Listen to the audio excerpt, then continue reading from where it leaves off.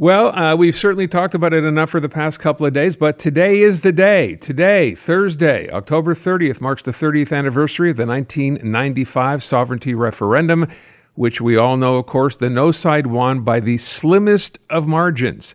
So here we are, 30 years later, a generation later, and the referendum question is back, with a charismatic leader in Paul Saint-Pierre Plamondon of the Parti Québécois pledging to make Quebecers once again choose whether they want to stay part of Canada or not.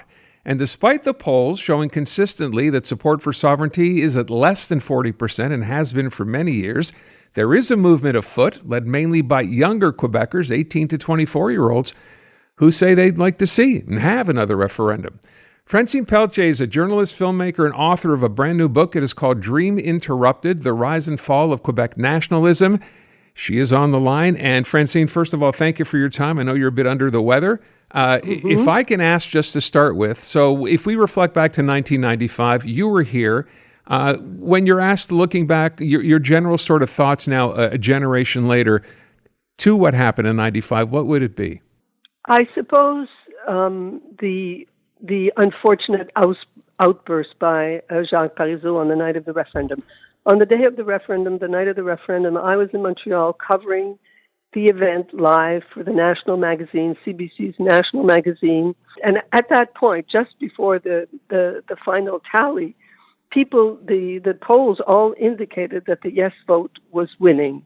And of course, slowly as the night grew on, that changed, of course, but by the slimmest of margin, as it turned out. So it was, I think it was, it marked both Quebec and Canada forever. That's the first thing I would say. I think the relationship between Quebec and the rest of Canada has never actually been righted, has never been the same since, because I think the fear that it went through the country as a whole about the possibility of losing Quebec, of Quebec separating, I think became a kind of line in the sand and marked a kind of indifference, like we're never going there again, sort of thing. And in Quebec, I think the toll was even, and I also talk about this in the book, the toll was even greater, because what we didn't know then, and we saw slowly, but it took years for us to see, is that there was not only a political price to pay with the rest of Canada, there was a psychological price to pay, which is, we had already gone through two referendums, two failed referendums. Okay, the first one was very different. No one expected it to win. It was a kind of a dress rehearsal. And we remember René Lévesque saying, "À la prochaine fois," and everything. So we bounced along and forgot about it until the next time. The following time, it had been really, really well prepared. Everything had been thought of, about the economy, about a partnership, about international alliances. Everything had been thought through, and yet the yes side came so close, and then at the last minute, it was the dream had been really interrupted.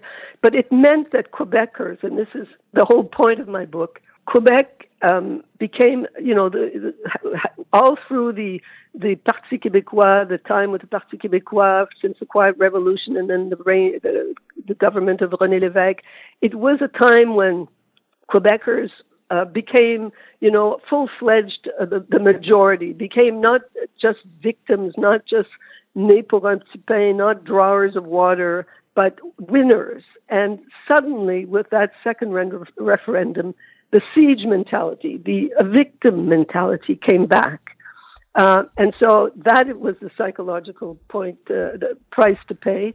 And I which is why I think this new surge of the young people is interesting, but it's far from a given, that it's far from obvious that we're on our way to a third referendum. Are you surprised? And you obviously realize when we're talking about 18 to 24-year-olds, they were not even around in 1995. So everything they know about it comes from history books or from what they've learned perhaps in school. Are you surprised to see that they're this interested in having a referendum again? Yes, but as you point out, I mean, they weren't there. So the price, the psychological price to pay, which I've described, they didn't have to pay that price. The only problem is that it's really what they don't seem to realize is that while it's very interesting that they have come, they have warmed up to the idea, while not so long ago, the 18 to 34-year-olds were the ones who least were interested in sovereignty, because they were interested, in a multicultural world. They're interested in, having everything that the internet promises. They didn't seem worried about assimilation or anything like that. So they seem to have had a slightly change of heart. We'll see in the long run if that really holds out. But the rest of the population, which is still a majority, the polls tell you that 18, 34-year-olds are warming up to sovereignty. But the minute you're 35, according to the polls, the 35 to 50-year-olds are not interested in it, even though some of them weren't voting either at the last referendum, because everyone realizes what a risky adventure it is, and the last referendum is a case in point. Also, because we are, Quebec likes to think of itself as a parallel universe. We sort of live in our own little bubble, but we are living we also are very much part of the Western world, which is very much up against the wall. Canada, for example, is going through a big identity crisis thanks to Donald Trump. But all the ideals we took for granted after the Second World War are now up for grabs. So there's a great deal of uncertainty. And perhaps that is what is feeding the young people's appetite for a new country, for Quebec as an independent country.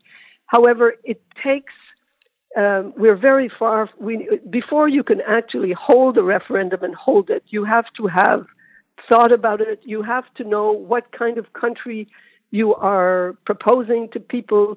And, the Parti Québécois, which has been one of the effects of the last referendum, has become a much more conservative party than it was in the past.